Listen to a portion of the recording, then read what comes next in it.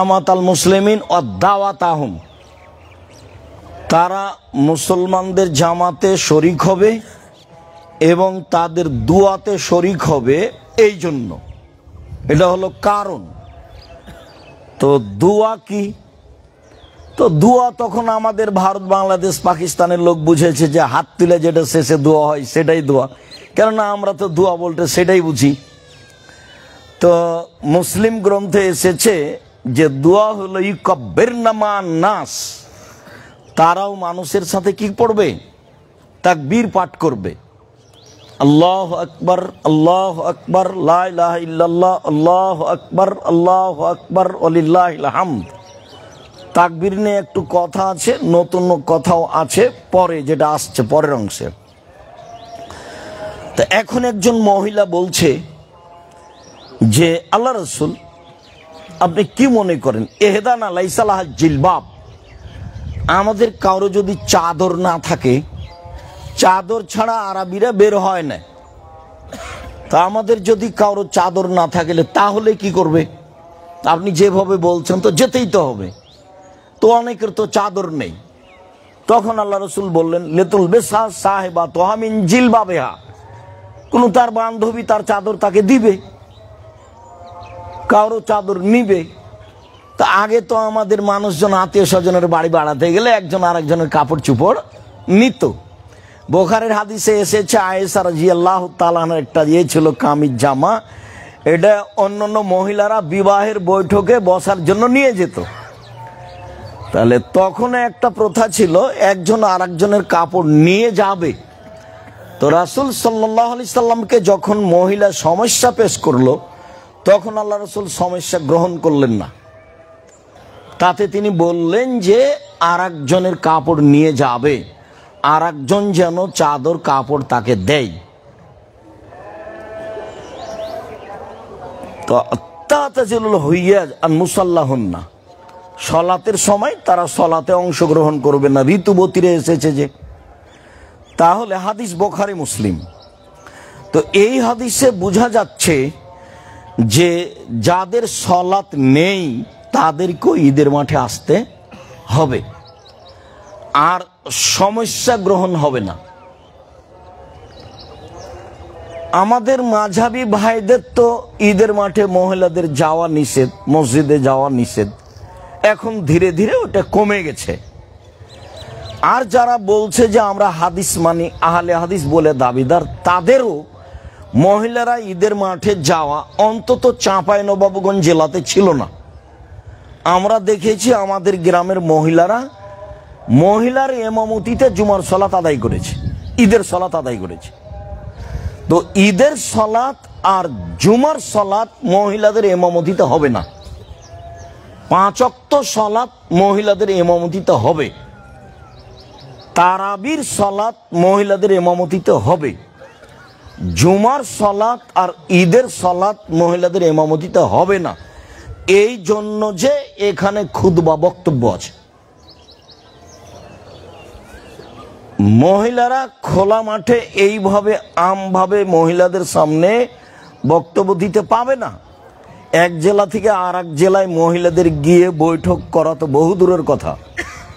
সামাজিক দিন ধর্ম পাড়ার মহিলারা কোনো শিক্ষিতা মহিলার কাছে গিয়ে শুনতে পারে, জানতে পারে, যেমন ভাবে আয়েশা রাদিয়াল্লাহু আনহার কাছে আসতেন।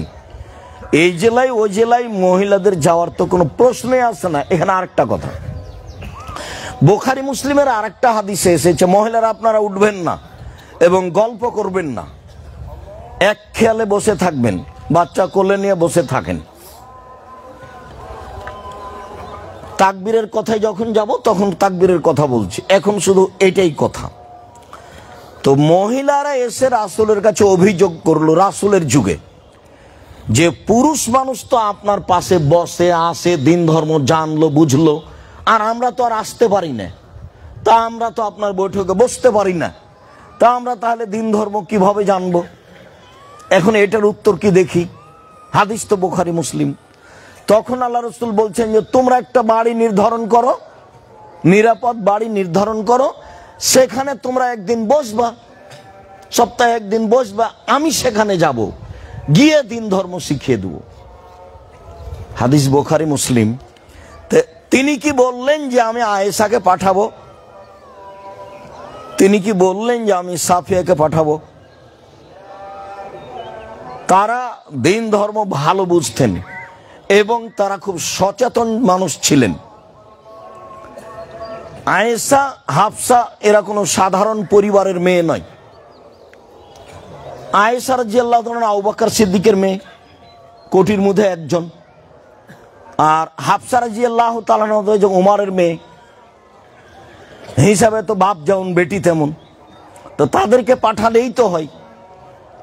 আবার এই কথাই ফিরে আসি, সেইটা হলো এই যে মহিলারা ঈদের মাঠে আসতে বাধ্য। যেসব এলাকাতে ব্যবস্থা করা হয়নি সেসব এলাকাতে মহিলাদের ব্যবস্থা করতে হবে, জরুরি। মহিলাদের সলাত একজন পুরুষের ইমামতিতে কোনো মসজিদে কোনো জায়গাতে হবে না, বা মহিলাদের ইমামতিতে মহিলাদের সলাত হবে না, ঈদের সলাত, জুমার সলাত। মহিলাদের নিয়ে আরেকটু কথা। আবু সাঈদ খুদরি রাদিয়াল্লাহু তাআলা আনহু বলেন যে খারাজা রাসূলুল্লাহ সাল্লাল্লাহু আলাইহি সাল্লাম ইলা ফিতরিন আও আযহা, আল্লাহর নবী ঈদুল ফিতর ও ঈদুল আযহাতে মাঠে গেলেন, ঈদের মাঠে গেলেন।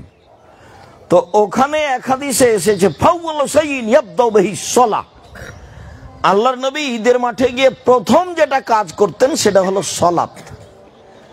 আগে কোনো বক্তব্য হবে না, কেউ কোনো কিছু বলতে পাবে না, চেয়ারম্যান হোক, মেম্বার হোক, কোনো দায়িত্বশীল হোক, সালাতের আগে কোনো কথা নেই।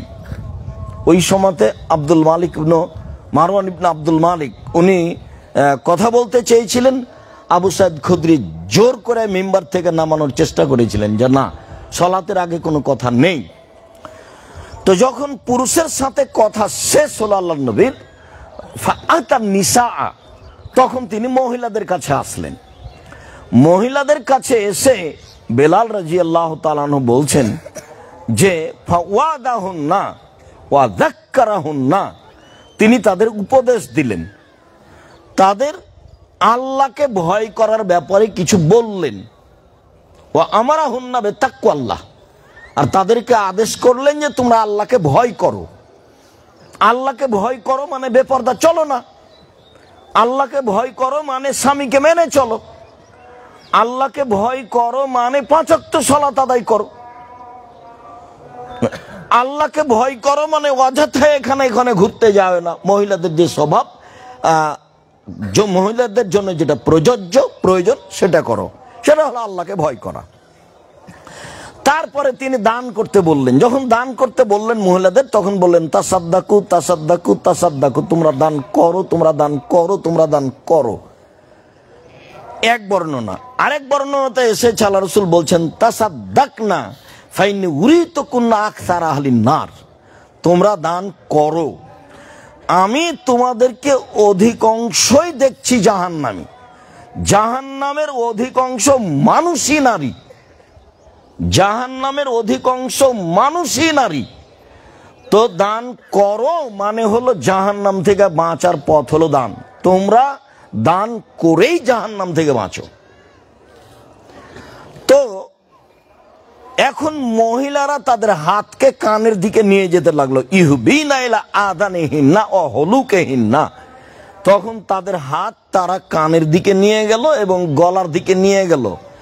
আর আংটির কথা এসেছে, কানের দুলের কথা এসেছে, গলার মালা বালার কথা এসেছে। তো এইগুলো খুলে খুলে ইয়াদফানা ইলা বেলালিন, বেলালের দিকে সবাই দিতে লাগলো। তো বেলাল রাদিয়াল্লাহু তাআলা আনহু বলছেন যে ওই সময়তে একটা শ্যামা বর্ণের মহিলা, গাল একটু উঁচু ভাব মনে হলো, উঁচু ভাব, এই মহিলাটা দাঁড়িয়ে বলল ওমা ইয়া রাসূলুল্লাহ, মহিলারা জাহান্নামে যাবে কেন? কেন বেশি মহিলারা জাহান্নামে যাবে, এর কি কারণ? ওই বৈঠকে একজন মহিলা বলে ফেলল। তখন আল্লাহ রাসূল উত্তর বলছেন যে তুকসিরনাল লানা ওয়া তাকফুরনাল আশিরা, দুইটা কারণ আল্লাহ রাসূল বললেন। এক, তারা আপোষে বদনাম গীবাত করে, এরর কথা খালি বলে, বুবু শুনেছো ও যে এই, ও যে এই, অপ্রয়োজনীয় কথা। আর আরেকটা হলো স্বামীকে মেনে চলার ব্যাপারে তারা পূর্ণ প্রস্তুত নয়, স্বামীর অকৃতজ্ঞ। আমি উপস্থিত বৈঠকের দিনই মুসলিম বোনকে হিসাবে বলছি না, আপনার কিছু করার নেই, আমারও কিছু করার নেই, পুরুষেরও কিছু করার নেই, নারীরও কিছু করার নেই। নারীদের জান্নাতের একটা বড় মাধ্যমই স্বামী। যখন আল্লাহ রসুল বললেন যে জান্নাতের সব দরজা খোলা ওই মহিলার জন্য যে মহিলা 1 5 ওয়াক্ত সালাত আদায় করে, 2 রমজান মাসের সিয়াম পালন করে, 3 স্বামীকে মেনে চলে, 4 জেনায় লিপ্ত হয় না। তো 4 নাম্বারটা তো একটা কর্ম, জেনায় লিপ্ত হয় না, ওটা সবার জন্যই জরুরি। কিন্তু আগের 3টা কি? 1 5 ওয়াক্ত সালাত, 2 রমজান মাসের সিয়াম, 3 স্বামীকে মেনে চলা। তাহলে কি হলো? তাহলে ইবাদতের সাথে একটা বড় অংশ কি হয়ে গেল? স্বামীকে মেনে চলা জান্নাতে যাওয়ার মাধ্যম। আমি এই জন্যই বলি, আজকে বলে নয়, চিরজীবনের বক্তব্য, মহিলাদের জন্য উচিত যে কোনো মূল্যে তিতা লাগুক মিঠা লাগুক স্বামীকে মেনেই চলতে হবে, এটা মেনে নিতে হবে। নিতান্তই যদি বুঝে যে সংসার করা যাবে না, সে সালাত আদায় করে না, মদ খায়, নিত সব সময় গালি দেয়, অন্যায়ের শেষ নাই, যদিও সিদ্ধান্ত নেয় যে চলা যাবে না, তো খোলা তালাক করে নিতে পারে। বুখারী মুসলিমের হাদিস, মহিলাও খোলা তালাক করে নিতে পারে। হয় সংসার থেকে ফিরে আসতে হবে, আর না হলে সংসারে থাকলে স্বামীকে মেনে চলতে হবে। মাস মাস কথা বন্ধ থাকবে, সপ্তাহ সপ্তাহ কথা বন্ধ থাকবে, এক ঘরে স্বামী থাকবে, এক ঘরে স্ত্রী থাকবে, এটা হবে না, এটা সংসার নয়। আমি আপনাদের প্রথমত আন্তরিকভাবে এইটা অনুরোধ জানাচ্ছি। মিডিয়াতে আমরা অবগত হচ্ছি, পৃথিবীর সকল বাঙালিকে আমি অনুরোধ জানাচ্ছি যে আপনি আমার দিনী বোন, জান্নাত পাওয়ার একটা বড় মাধ্যম স্বামীকে মেনেই নিতে হবে, এটাই ঠিক, এটাই আল্লাহর বিধান, এটাই নবীর বিধান। আমারও কিছু করার নেই, আপনারও কিছু করার নেই। যদিও আপনাদের ছেলে মানুষ করতে অনেক কষ্ট হয়, স্বামীর সাথে সংসার করতে অনেক কাজ করা লাগে, বাড়ির সব কাজ সামলানো লাগে, ছেলে মেয়েকে সামলানো লাগে, বাড়ি গুছাতে হয়, এটাই কাজ। আপনাকে এই জন্যই সৃষ্টি করা হয়েছে, দেশ চালাতে হবে, অফিস আদালত চালাতে হবে, কোর্ট কাছারি চালাতে হবে, ব্যাংকে যেতে হবে, এই জন্য নয়। অযথা শুধু মহিলারা হাটে বাজারে গিয়ে ভিড় জমাচ্ছে। স্বামীর কাজ, ছেলের কাজ, দেবরের কাজ, ভাসুরের কাজ নিজে কাঁধে করে নিয়ে মাঠে মাঠে ঘুরে বেড়াচ্ছে। আপনি কেন যাবেন? আমি তো বক্তব্যে বহুদিন বলেছি, আপনি বাজারে কেন গেলেন? স্বামী কি মরেছে? দেবর কি মরেছে? ভাসুর কি মরেছে? বাপ কি মরেছে? শ্বশুর কি মরেছে? বোনের ছেলে কি মরেছে? ভাইয়ের ছেলে কি মরেছে? অনেক মানুষ আছে। আর এই মুহূর্তেই বাজার করতে হবে, এটা কে বলল? আল্লাহ রসুল কি আদেশ করেছে বাজার কাল করব? মানে প্রয়োজনকে আপনি এভাবে মেনে নিলেন কেন? এটা তো সালাত নয়, পৃথিবীতে সবচেয়ে জরুরি কাজ সময় হলেই পড়তে হবে। বলেন তো সেটা কি? সালাত। হজে দেরি চলে, হজ ফরজ, এবছর করবো না, সামনে বছর করবো, এই যে চলে, সমস্যা নেই। যাকাতে দেরি চলে, 1 মাস আগে দেন, ফরজ বিধান, 1 মাস পরে দেন, চলে, সমস্যা নেই। সেম, এই যে অসুস্থ আছেন, রমজান মাসের সেম করিয়েন না, পরে করেন। সফরে আছেন, এই রমজান মাসের সেম করিয়েন না, পরে করেন। একটাই ইবাদত কোনো সমস্যা মানে না, সেটা কি বলেন তো? সেটা সালাত, কোনো সমস্যা মানে না। অতএব পৃথিবীর দিনী বোনদেরকে আমি বলতে চাই যে বাড়িতে থাকতে শিখুন, আল্লাহকে ভয় করুন, আর স্বামীকে মেনে চলুন। মহিলারা ঈদের মাঠে আসতে বাধ্য। জাহান্নাম থেকে বাঁচার একটাই পথ হলো দান, পুরুষেরও তাই। বাপ মাকে জাহান্নাম থেকে বাঁচানোর, বাপ মায়ের, দাদা দাদির, মরে যাওয়া মানুষের কবরের শাস্তি বন্ধ করার একটাই জোরালো পথ, সেটা হলো দান। একজন সাহাবী এসে বলছেন, আমার আব্বা মারা গেছেন, টাকা পয়সা ছেড়ে গেছেন, ওসিয়ত করে যাননি, তো আমি আমার আব্বার নামে যদি দান করি তাহলে আমার আব্বার পাপ মিটে যাবে কি? পাপ মিটে যাবে কি? কালা নাম। আল্লাহ রাসূল বলেন হ্যাঁ। তখন তিনি বললেন না যে ছোট পাপ, তখন তিনি বললেন না যে বড় পাপ, বললেন হ্যাঁ তোমার আব্বার পাপ মিটে যাবে, তুমি দান করলে তোমার আব্বার পাপ কি হয়েছে, মিটে যাবে। হাদিস তো বুখারী মুসলিম। কিছু দিয়ে এটা করতে পারবেন না। প্রতি মাসে যদি উমরা করতে যান হবে না। আর উমরার নেকির চেয়ে দানের নেকি হাজারো লক্ষ গুণ শক্তিশালী। এখন তো উমরা মানুষের ফ্যাশন হয়ে গেছে, টাকা আছে চলো যাই, রমজানের শেষ দশক আহাল পরিবার নিয়ে উমরা করে আসি আর কিছু ছবি উঠাই। দেখেন আপনি খোঁজ, ওখানে ঘুরছার দা সারাদিন ছবি ঢং করছে। কিসের ইবাদত? ইবাদত কাকে বলেন? ইবাদত নয় ওটা। সম্মানিত দিনী ভাই বোন, দ্বিতীয় কথা, জিকির আমরা ঈদের মাঠে বলার জন্য নিয়মিত বলে আসছিলাম যে তাকবীরের জন্য সময় নির্ধারণ করেছিলাম গত দিন চন্দ্র ওঠার পর থেকে নিয়ে এই দিন সূর্য ডোবা পর্যন্ত। একাধিক হাদিসের বিবেচনায় বোঝা যায় যে ওই সময়ের সিদ্ধান্ত পূর্ণ ঠিক ছিল না, বরং ঈদের মাঠে যখন বের হবে তখন থেকে নিয়ে সালাত শুরু হওয়া পর্যন্ত। ইমাম জোহরি বলছেন যে কানান নাস ইকাব্বিরুনা ফিল ঈদে, ঈদুল ফিতরে মুসাহাবি তাবেঈ জনগণেরা তাকবীর পাঠ করতেন হিনা ইয়াখরুজুনা মিন মানাজিলিহিম, যখন তারা বাড়ি থেকে বের হতো। বাড়ি থেকে বের হতো তাকবীর শুরু করে হাত্তা ইয়াতুল মুসাল্লা, ঈদের মাঠে আসা পর্যন্ত এক বর্ণনা। দুই, হাত্তা ইয়াখরুজাল ইমাম, ইমাম সালাতের জন্য এইখানে আসা পর্যন্ত। ফাইজা খারাজাল ইমাম সাকাতু, যখন ইমাম এখানে চলে আসতেন সালাতের জন্য তখন তারা আর তাকবীর পাঠ করতেন না। সহিহ হাদিস। আর একটা সহিহ হাদিস আব্দুল্লাহ ইবনে উমর থেকে যে কানান নবী সাল্লাল্লাহু আলাইহি সাল্লাম ইয়াখরুজু ইয়াউমাল ফিতরে, আল্লাহর নবী ঈদুল ফিতরে বাড়ি থেকে বের হতেন ফায়ুকাব্বির, তখন তাকবীর পাঠ করতেন হাত্তা ইয়াতিয়াল মুসাল্লা, ঈদের মাঠে আসা পর্যন্ত। ওয়া হাত্তা ইয়াখরুজা লিসসালাহ, সালাতে আসা পর্যন্ত। অফিরায়াতিন হাত্তা ইয়াজিয়াস সালাহ, সালাত শেষ হওয়া পর্যন্ত। ফাইজা কাজা সালাতা কাতাত তাকবীরা, যখনই সালাত শেষ হয়ে যেত তখন তাকবীর বন্ধ। তাহলে আমাদের তাকবীর যন্ত্রের মাধ্যমে অনলাইনে যারা যেখানে আছি সময়ের গতিতে যেখানে জানতে পারবো।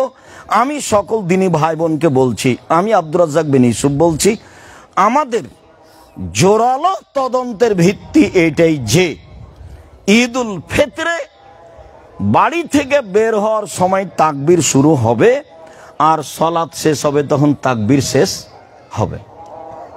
আল্লাহু আকবার, আল্লাহু আকবার, লা ইলাহা ইল্লাল্লাহ, আল্লাহু আকবার, আল্লাহু আকবার, ওয়ালিল্লাহিল হামদ। আরেকটা, ঈদুল আজহাতে জুলহিজ্জার 1 তারিখ থেকে যেদিন কুরবানির চন্দ্র উঠবে সেদিন থেকে আইয়ামে তাশরিক ঈদুল আজহার পরের দিন পর্যন্ত 3 দিন। তাহলে কত দিন হলো? এক টানা 13 দিন। বুখারীর হাদিসে এসেছে ইয়াখরুজু আব্দুল্লাহ ইবনে উমর ও আবু হুরায়রা ইলা সুকে ওয়া ইউকাব্বিরানে, আব্দুল্লাহ ইবনে উমর আবু হুরায়রা রাদিয়াল্লাহু তাআলা তারা বাড়ি থেকে বাজারের দিকে যেতেন আর তাকবীর পাঠ করতেন। ওয়া ইউকাব্বিরুন নাস বিতাকবীরিহিমা, জনগণও তাদের দুইজনের তাকবীরের সাথে সাথে তাকবীর পাঠ করত। আর আলী রাদিয়াল্লাহু তাআলা আনহু বলছেন যে তাকবীর চলবে এলা সালাতিল আসর ফি আইয়ামিত তাশরিক। আইয়ামিত তাশরিক মানে কুরবানির পরের 3য় দিনের আসরের সালাত পর্যন্ত। সূর্য ডুবলেই তো 14 দিন চলে এসেছে, 14 দিনের দিন চলে এসেছে। এই জন্য এই তাকবীর চলবে কুরবানিতে আইয়ামে তাশরিক ঈদের 3 দিন পর আসর পর্যন্ত, 3য় দিনের আসর পর্যন্ত, ঈদের পরে 3 দিনের 3য় দিন আসর পর্যন্ত। তাহলে কুরবানিতে তাকবীর শুরু হচ্ছে কবে? 1 তারিখ থেকে, শেষ হচ্ছে কবে? 13 তারিখে গিয়ে আসরের সালাতের পর, আসরের সালাতের পরে তাকবীর পড়ে থামতে হবে। কথা কি আমরা স্পষ্ট বুঝেছি? ঈদুল ফিতরে হলো শুরু এখন আর শেষ এখন, মানে শুরু হলো বাড়িতে বের হওয়ার সময় আর শেষ হলে যখন সালাত শেষ হবে তখন। এটা হলো ঈদুল ফিতর। আর ঈদুল আজহাতে 1 তারিখে শুরু হবে আর 13 তারিখে শেষ হবে আসরের সালাতের পরে। মহিলারা আপনারা কেউ বাইরে যাবেন না, বের হচ্ছেন কেন? কেন চলে গেলেন? হাইকোর্ট আছে না জজ কোর্ট আছে? কি কাজ আমাকে দেখাচ্ছেন? আমি আব্দুর রাজ্জাক বিন ইউসুফ, এই ঈদের মাঠে আসলে গতি পরিবর্তন করে আসতে হবে। আমি স্বাভাবিক গতি গ্রহণ করি না, এটা আপনাকে ভালোভাবে জানতে হবে। অনেক ঈদ মাঠ আছে, সেখানে যাবেন, এখানে গতি পরিবর্তন করতে পাবেন না। ইমাম যখন কথা বলতেন সালাম ফিরার পরে আল্লাহ রাসূল আর মুসল্লিরা স্ব স্থানে বসে থাকতেন, স্ব স্থানে। এই যে পুরুষের সামনে কথা বলা শেষ করে আল্লাহ রাসূল মহিলাদের সামনে গেলেন, ও তো যন্ত্রের ব্যবস্থা নেই, তো ওখানে গিয়ে মহিলাদের সামনে কথা বলতে লাগলেন। কথাতে উপদেশ দিলেন, তো একটাই বাক্য কি বললেন? উপদেশ। ভাই আমি 2-4টা কথা বলতে পারি না, একটু সুযোগ দেন। ওই ওই পড়ার যে একটা ঈদগাহ এখন হয়েছে 2টি ঈদগাহ ডাঙ্গিপাড়াতে, আপনার জন্য মনে আশা করছি, এর জন্য যে আমি কথা ডুপ্লিকেট না, সুযোগ দেওয়া হোক। আচ্ছা পরে আপনাকে বলতে হবে। আচ্ছা বলছি, তোমার কথা বলবো আমি, ঠিক আছে। এতদিন ছোটবেলা থেকে 44 বছর বয়স হয়নি, তিনটাই দিয়ে এসেছি, এখন 2টে। আচ্ছা ওটা আমি জানাচ্ছি, আগামীতে যেন অবশ্যই চেষ্টা করছি। বারাকাল্লাহ, জাযাকুমুল্লাহ, বারাকাল্লাহ। অবশ্যই ওটা জেকের তোমাদের সম্পর্কে কে হয়? ভাই না চাচা? মামা। ও তো এ বেদগাড়াতে না, বেদগাড়া বল ডাঙ্গিপাড়ায় 2টা ঈদের মাঠ ছিল। তা আমরা খুব চেষ্টা করেছিলাম যে 3টে, যাই হোক 2-3টে যাই হোক। তো যখন আমরা চেষ্টা করেছিলাম যে জামিয়া সালাফে আপনাদের বড় প্রতিষ্ঠান, ঈদের মাঠটা সবাই এখানে এসে করি, তা আমরা খুব চেষ্টা করেছিলাম। সফল হব মনে করে 2বার আমি এখান থেকে মুসল্লিকে নিয়ে গিয়ে ওখানে পড়েছি। এখানে বসা মুসল্লিকে নিয়ে গেছি কোথায়? ওই মাঠে নিয়ে গেছি যাতে এটা সমাধা হয়। কিন্তু এখন তো সমাধা তো উপরওয়ালা কি চান আমরা তো বুঝতে পারি না, উনি যেটা চান সেটাই হবে। আমার চেষ্টা সফল হয়নি, তো তারপরে আমি চেষ্টা করতে থাকি। তো আলহামদুলিল্লাহ এই ঈদে এখন শুধু এই যেটা শুনতে পাওয়া যাচ্ছে পাশে, এটাই বহাল আছে। আর ওইদিকে যেটা ছিল তারা আপনাদের এখানে চলে এসেছে এবং তারা তাদের ঈদ মাঠকে এটা তারা বন্ধ করে দিয়েছে। আমরা এখানে ঈদের মাঠ চালাবো না। তো আমি এটা আগে অবগত হয়েছি, আলহামদুলিল্লাহ। আপনাদের আমরা শুকরিয়া আদায় করি, জাযাকুমুল্লাহ খাইর। আল্লাহ আরও যারা আছে ওদেরকে যেন আল্লাহ হেদায়েত করেন। এতে আমাকে যদি কিছু করা লাগে, কিছু বলা লাগে, বৈঠক করা লাগে, কিছু করা লাগে, ঈদের মাঠ কি করতে হবে সেটা করা লাগে, সেটা আমি করবো ইনশাল্লাহ। বস, জাযাকুমুল্লাহ খাইর। আমরা উপরওয়ালাকে বলছি, বস আলহামদুলিল্লাহ। আচ্ছা জাযাকুমুল্লাহ খাইর, তোমার ভালোবাসাকে স্বাগতম জানাই। তো এইবার বুঝলাম একটু তাকবীরে যে তদন্তটা ছিল, সেই তদন্ত কোরআন মাজিদের একাধিক আয়াত অনুপাতে বাড়ানো যায়। সেটা সব কুরবানির সাথে। আল্লাহ তাআলা বলছেন যে ফাযকুরুল্লাহ ইনদাল মাশারিল হারাম। হজ করতে গিয়ে মুজদালেফার মাঠে একটা জায়গা আছে মাশারে হারাম, সেখানে একটা মসজিদ আছে। এখন সেটা হলো মুজদালেফার শেষের দিকে এসে, সেখান থেকে ডান সাইডে যাওয়ার লাগে পাথর মারতে, এখানে মসজিদ বানানো হচ্ছে মাশারে হারাম। এখানে তোমরা আল্লাহকে ডাকো, একবার আল্লাহ বলছেন। আর একবার বলছেন যে ওয়াজকুরুহু কামা হাদাকুম, আল্লাহ তোমাদের যেভাবে ডাকতে বলেছেন সেভাবে ডাকো। আর একবার বললেন ওয়াজকুরুল্লাহ ফি আইয়ামি মাদুদাত, কুরবানির ঈদের 3 দিন পর পর্যন্ত আল্লাহকে ডাকো। তো আল্লাহকে ডাকো মানে জিকির। তো আমরা তো দীর্ঘদিন থেকে বলে আসছি জিকির বলতে আল্লাহু আকবার, আল্লাহু আকবার, লা ইলাহা ইল্লাল্লাহ, আল্লাহু আকবার, আল্লাহু আকবার, ওয়ালিল্লাহিল হামদ। তো জিকিরে তাসবিহগুলোকে নিয়ে আসতে পারি, এই আয়াতের সারমর্ম এটাই।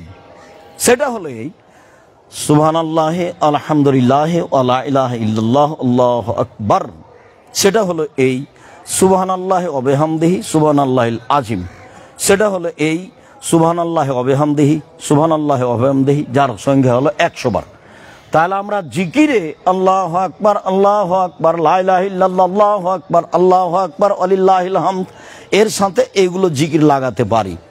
আরো একটা জিকির চিরদিন সালাতের সাথে খাস করে এসেছি, তো জিকির হিসাবে মানুষ সেটা আনতে পারে, আমাদের অতীতে নাই করা আছে। সেটা হলো এই, মুসলিমে এসেছে সালাত শুরু করবে যখন নফল সালাত, তখন এটা এসেছে আলহামদুলিল্লাহি কাবিরা আলহামদুলিল্লাহি কাসিরা ও সুবহানাল্লাহি বুকরাতাও ও আসিলা, এটা মানে ওই সানা, তো সেটাও জিকির। আর আবু দাউদ, নাসাই, তিরমিজি, ইবনে মাজাতে এসেছে আল্লাহু আকবার আল্লাহু আকবার আল্লাহু আকবার কবীরা আল্লাহু আকবার কবীরা আল্লাহু আকবার কবীরা আলহামদুলিল্লাহি কাসিরা আলহামদুলিল্লাহি কাসিরা আলহামদুলিল্লাহি কাসিরা ও সুবহানাল্লাহি বুকরাতাও ওয়া আসিলা। তো এই বর্ণগুলি সহি, তবে সালাতের সাথে সম্পৃক্ত জিকির হিসাবে এগুলো বলা যায়। আজকের বৈঠকে এটা বলা হলো। এতদিন যাবৎ শুধু কি ছিল? আল্লাহু আকবার আল্লাহু আকবার লা ইলাহা ইল্লাল্লাহ আল্লাহু আকবার আল্লাহু আকবার ওয়ালিল্লাহিল হামদ। জিকির হিসাবে ওগুলো আমরা আনতে পারি। আপাতত জিকিরের কথা শেষের কথাটুকু ফেতরা। ফেতরার আমি হাদিস পড়ে অনুবাদ করে বলছি না, আলোচনার ফলাফল এই যে ফেতরা শস্যই দিতে হবে, দিতে বাধ্য, শস্যই দিতে হবে বা খাদ্য। হাদিসে যেটা এসেছে আবু সাইদ খুদরি থেকে, সেটা হলো আল্লাহ রাসূল 1 নম্বর শব্দ আছে ওই হাদিসে। আর বুখারী মুসলিমের হাদিসে 1 নম্বর শব্দ এসেছে খেজুর, 2 নম্বর শব্দ এসেছে জব, 3 নম্বর হলো সবকে দিতে হবে, পুরুষ নারী ছোট বড়, সেদিন যেটা জন্ম নিয়েছে তারও দিতে হবে ফেতরা। ফকিরকেও ফেতরা দিতে হবে, ফেতরা দিতে বাধ্য, এটা ফরজ, দিতেই হবে, দিতেই হবে। ফকির দেখ তারপর আবার বেশি নেবে, সবাইকে ফেতরা দিতে হবে।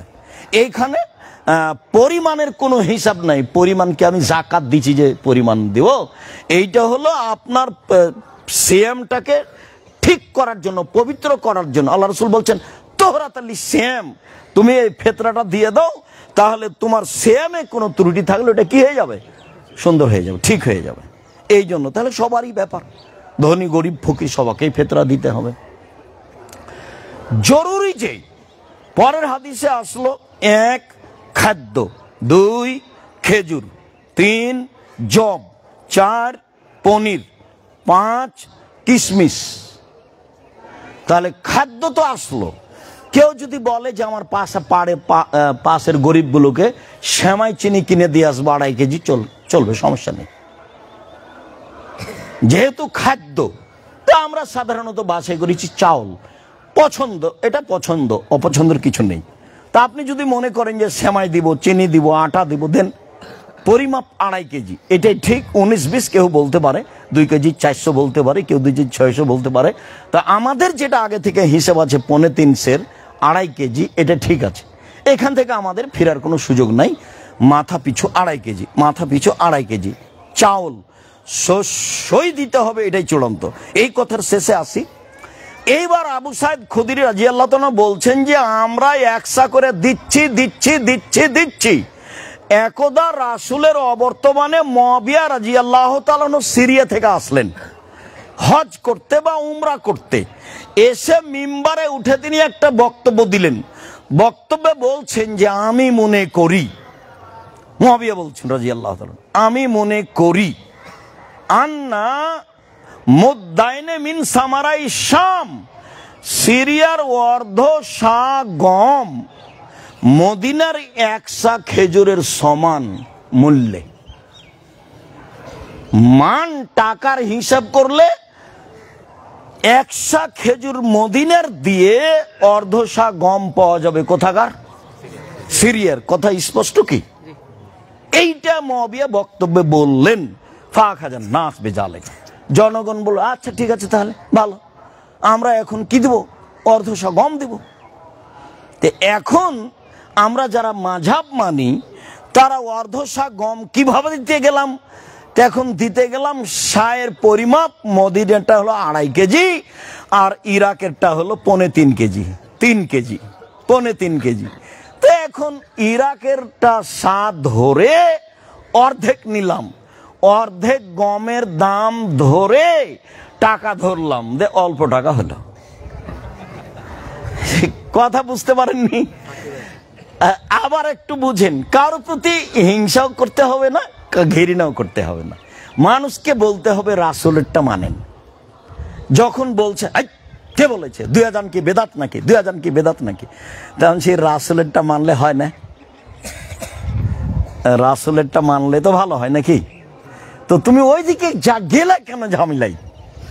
তো রাসূলের যুগেতেই একসাই ছিল, তো রাসূলের যুগে একসা ছিল, একসাই থাক।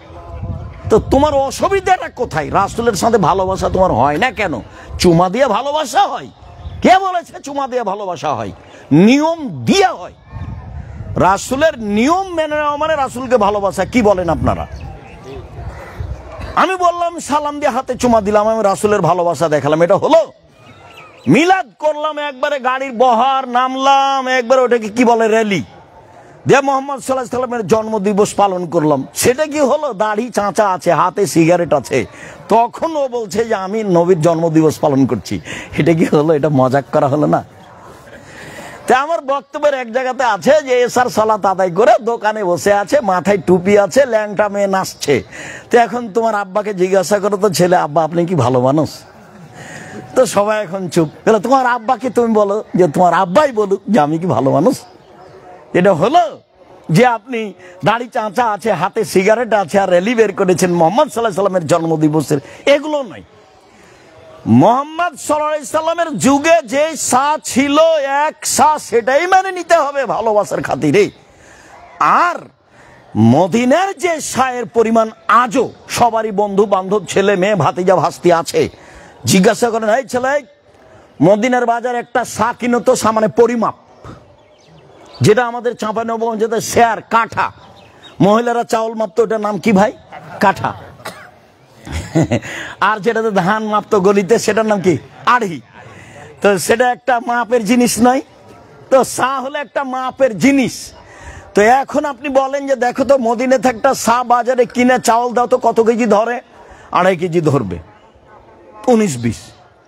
ইরাকে যারা আছে তাদেরকে বলেন যে তুমি একটা সা কিনে মাপো তো, 3.25 কেজি ধরবে বা 3 কেজি ধরবে। ওইখান থেকে অর্ধেক ধরে নিয়ে টাকা ধরে নে, ফেতরা হলো এত টাকা। ভালোবাসা রাসূলের সাথে হতে হবে, অন্য কারোর সাথে নয়। আপনি আপনার ভাই বোনকে বলেন। কথার শেষে চলে আসলাম। যেহেতু ঈদের দিন আল্লাহ রাসূল দান করতে বলতেন, আমি দান করতে বলি, তখন বলি 10 টাকা হলেও করবেন। এর অর্থ এই না যে আপনাকে আমি 10 টাকায় দান করতে বলি। আমি বলি যে পতিতালয়ের মহিলা যদি কুকুরকে পানি পান করে জান্নাত পেতে পারে, তো জামিয়া সালাফিয়ার মতো শিরক মুক্ত, বিদআত মুক্ত, দল মুক্ত, সংগঠন মুক্ত, হিংসা মুক্ত বিশাল প্রতিষ্ঠান, যেখানে এতিম আর অসহায় ভরা, 519 জন খালি এতিম অসহায় আছে, প্রায় 5000 ছেলে মেয়ে, 300 জন শিক্ষক শিক্ষিকা, 519 জন খালি এতিম অসহায় আছে। এগুলোকে আমি কেন রাখি? আল্লাহ রাসূল বলেছেন অনেক সময় অসহায় মানুষের উপর দিয়ে আল্লাহ বালা মুসিবত দূর করে দেন। তো ওগুলো দিয়ে যেন আল্লাহ আপনাদের জামিয়া সালাফের বালা মুসিবতকে কি করে দেন? দূর করে দেন। সেই জন্য আর আপনাদেরকে বলি যে এদের সাথে থাকবেন, এদের সহযোগিতা থাকবেন। এরা এতিম, এরা অসহায়, এরা এখানে থাকে খায়, অবশ্যই আপনার ভালোবাসা থাকবে। আল ইয়াদুল উলিয়া খায়রু মিনাদি সুফলা, দেওয়া ভাত ভালো নেওয়া হাতের চেয়ে। কোটা গেল তোমরা দাও। আমি যখনই দিতে বলবো তখনই 10 টাকা দিবেন, মনটা বড় করবেন। ঈদের মাঠে এসেছেন জামিয়া সালাফে, একটু 2000 টাকা হাতে করে আসবেন, 500 টাকা হাতে করে আসবেন, 100 টাকা হাতে করে আসবেন। দিতে বললেই 10 টাকা দিতে হবে, আমি না করিনি। তো কাজ তো আসলে বেশি টাকা দিয়ে হয়। তাবুকের যুদ্ধে যেতে হবে, কে কি দেবা? তাও উমর বলছেন এইবার আবু বকর সিদ্দিককে ঠেকাবই, আমি নেকি বেশি করব। অর্ধেক দিলাম অর্থ সম্পদের। আবু বকর আপনাকে আর আল্লাহকে বাড়িতে রেখে সব দিয়ে দিলাম, এইবার ও মানে ভ্যান ভাড়া হবে না। কিন্তু বাক্যকে ডিঙ্গে যেতে পারবেন আর কেউ? কিয়ামত পর্যন্ত সবার পথ বন্ধ করে দিয়েছেন, এটা ডিঙ্গে যাওয়া যাবে না। তো হচ্ছে উসমান, এবার কাজ হবে। উসমান, আপনার যত লোক যাবে তাবুকের যুদ্ধে সমস্ত অর্ধেকের যাতায়াত খরচ, খাওয়া খরচ আমি দিলাম। এর নাম টাকা। 30,000 লোক ছিল, 30,000। 15,000 লোককে 15,000 উট দিবেন এবং 3 মাসের খাওয়া খরচ দিবেন। বর্তমান সরকারের কাছে দাবি করলে রাজি হবে না। এর নাম উসমান। উসমান ছিলেন ব্যবসায়ী, সৌদি আরবে সবচেয়ে বড় ব্যবসায়ী ছিলেন। উটের ব্যবসা ছিল তার, হাজার হাজার লাখ লাখ ছিল উট, প্রচুর উট ছিল। উনি হলেন ব্যবসায়ী। এর জন্য আপনাদেরকে আমি বলি ব্যবসা করবেন। কেউ কেউ বুঝেছে যে চকলেটের ব্যবসা আব্দুর রাজ্জাক সাহেব করতে বলেছেন, আর আমি চকলেট দিয়ে ব্যবসা করতে বলিনি। আমি বলেছি যে কম পয়সা যে ব্যবসা লাগবে সেটা দিয়ে শুরু করো। স্যান্ডেল হোক, মানে লোন নিয়ে ব্যবসা করতে হবে না। একজন বুঝাচ্ছে, বড় খুব সামাজিক মানুষ, আব্দুর রাজ্জাক সাহেবকে আসলে চকলেট নিয়ে ব্যবসা করতে বলেছে। চকলেট দিয়ে ব্যবসা করা মানে লোন নিয়ে ব্যবসা করতে হবে না। কম পয়সা দিয়ে শুরু করি, জুতা স্যান্ডেল দিয়ে শুরু করি, ফুটপাতে শুরু করি, কাপড় দিয়ে শুরু করি, কলা দিয়ে শুরু করি। কথা বুঝতে পারেননি? 500 কোটি টাকা লোন নিব আর বিশাল ব্যবসা করব, এটা আমি চাইনি। আমি চেয়েছি যে উপার্জনের 4টা পথ। কথা শেষ করতে যাচ্ছি। 1, দিন মজুরি, সন্ধ্যায় টাকা শেষ হবে। 2, চাকরি, এটাও দিন মজুরি, এটা চাঁপাই নবাবগঞ্জের লোক করে।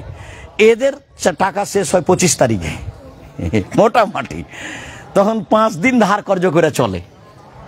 এদের বাপ মা যদি বলে যে আব্বু একটু কিছু টাকা পয়সা দিবা, বাড়িতে খুব প্রয়োজন ছিল, বলে আম্মা এ মাসে তো হচ্ছে না, দেখি সামনে মাসে। তো সামনে মাসে জিনিসের দাম বেড়ে গেছে, তো একদিনও পারে না। তো এটা হলো 2 নম্বর পথ উপার্জনের। 3 নম্বর পথ হলো ব্যবসা। 3 নম্বর পথ হলো জমি চাষ। জমি চাষকে আল্লাহ রাসূল পছন্দ করলেন না। একবার বললেন যে এসব যন্ত্রপাতিতে ব্যবসা করলে মানুষের অন্তর শক্ত হয় আর মানুষ ভীরু হয়ে যায়, মাঠে যায় না। জায়েজ, তবে পছন্দ করেননি। 4, এটা হলো ব্যবসা। তখন বললেন 2টা ভাগ। এক হলো পার্টনারে ব্যবসা। পার্টনারে ব্যবসা তখন বরকত একবার 10 গুণ 100 গুণ বেড়ে যাবে। কেন? 10 জনে যদি ব্যবসা চলে তাহলে 11তম আল্লাহ। 3 জনে যদি চলে তো 4 নম্বর আল্লাহ। তো একটু যদি কথার 19-20 হয়, একটু যদি আরেকজনকে ফাঁকি দিয়ে 10 টাকা সরিয়ে নেয়, তখন আল্লাহ বলবে ঠিক আছে তোমরা থাকো, আমি গেলাম। তখন এটা মারামারি লেগে তখন মামলা হয়ে যাবে, দেখা যাবে পরের দিন কোর্টের কাঠগড়ায় এদিকে আছে হয়ে একদিকে হয়ে যাচ্ছে। তারপরে এবার নিজের ব্যবসা নিজে করেন, ছোট থেকে বড়, বড় থেকে বড়, বড় থেকে বড়।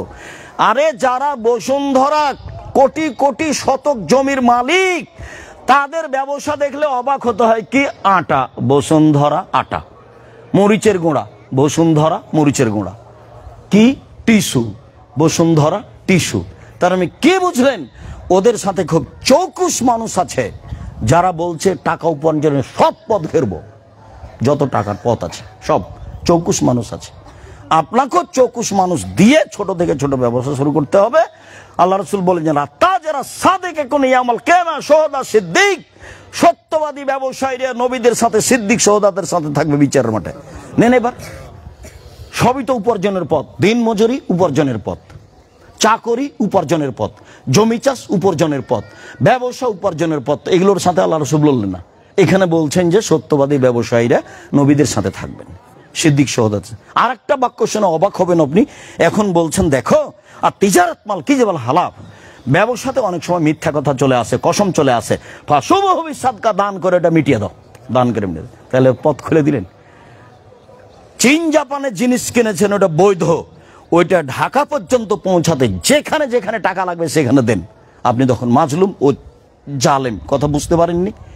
মূল জিনিসটা বৈধ হতে হবে, তাহলে যেখানে যেখানে টাকা লাগবে অন্যায়ভাবে সে টাকা দিয়ে ব্যবসা করব। বলেন তো জায়েজ কেন? মূল জিনিসটা কি? বৈধ।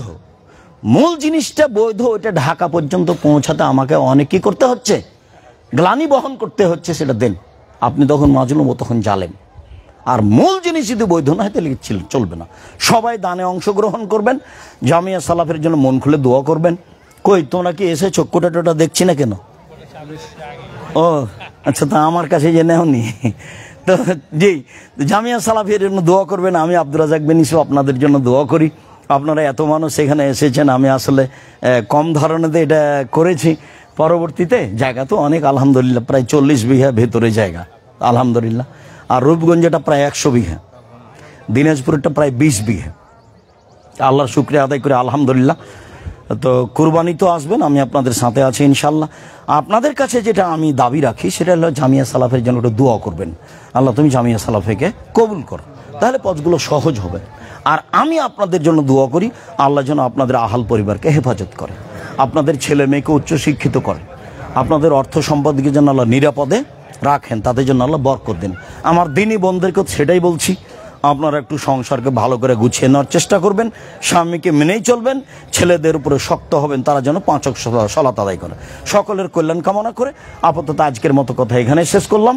সুবহানাকাল্লাহুম্মা ওয়া বিহামদিকা আশহাদু আল্লা ইলাহা ইল্লা আনতা আস্তাগফিরুকা ওয়া আতুবু ইলাইক। আসসালামু আলাইকুম।